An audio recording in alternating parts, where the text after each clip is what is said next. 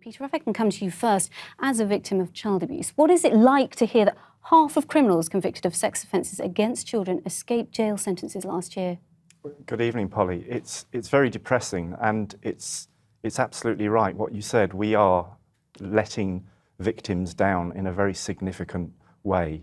Just during the last 12, 18 months, we as a charity, and we are deluged with calls from people who are still suffering the effects of abuse they suffered a long time ago. We run a free phone helpline, as you know. We've been calling for a royal commission to really look into how we treat our children in this country, because some of the viewers will know, who are old enough, will know that this is the 50th anniversary of the murder of Keith Bennett by the Moors murderers Brady and Hindley.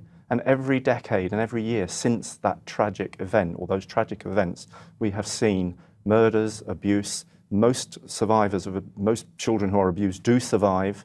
We hear from many of them every day. We're, as I say, stretched to capacity, but surely it is time for the government to, and we can't arrest or convict our way out of this issue, and we can't build enough prisons to house every person who hurts a child. I think everybody accepts that, but we've got to stop it. We've got to be able to bring in a zero tolerance to child abuse. Well, let's bring Sharon and I think a Royal this. Commission could be a step in the right direction. Absolutely. Sharon, how and why is this being allowed to happen? I think the internet has overtaken events. Police are focusing a great deal on internet crimes, which do in fact lead to offline abuse. The cost of each and every one of those investigations are astronomical. To examine a computer hard drive is £4,000. If you're taking multiple devices out of a house, that cost can start to increase. So is this about saving money then? No, what we're trying to do is almost risk assess those that are the most serious offenders and bring those to account first, which of course leaves behind a huge amount of offenders who are not being held to account, and that cannot be acceptable.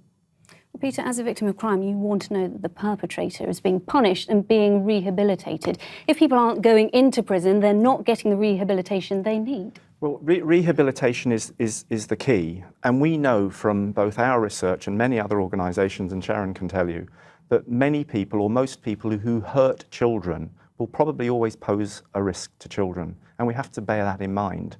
And so rehabilitation is important, but where people have committed crimes against young ones, they probably need to be monitored for the rest of their life. And Sharon's absolutely right. We are cutting back resources at a time when we should actually be investing in the protection of our children and investing in supporting the many survivors who are coming forward, because this whole debate around child protection is being driven, particularly in the light of the Savile scandal, is being driven by survivors, and we exist on a shoe thread. Okay, Sharon, what's the answer to this? Do we need more prisons?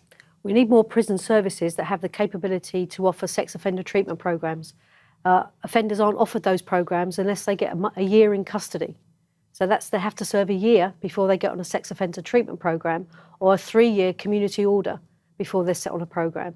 And, we've had 400 young people between the ages of 10 and 17 last year, who were cautioned for sexual offences against minors.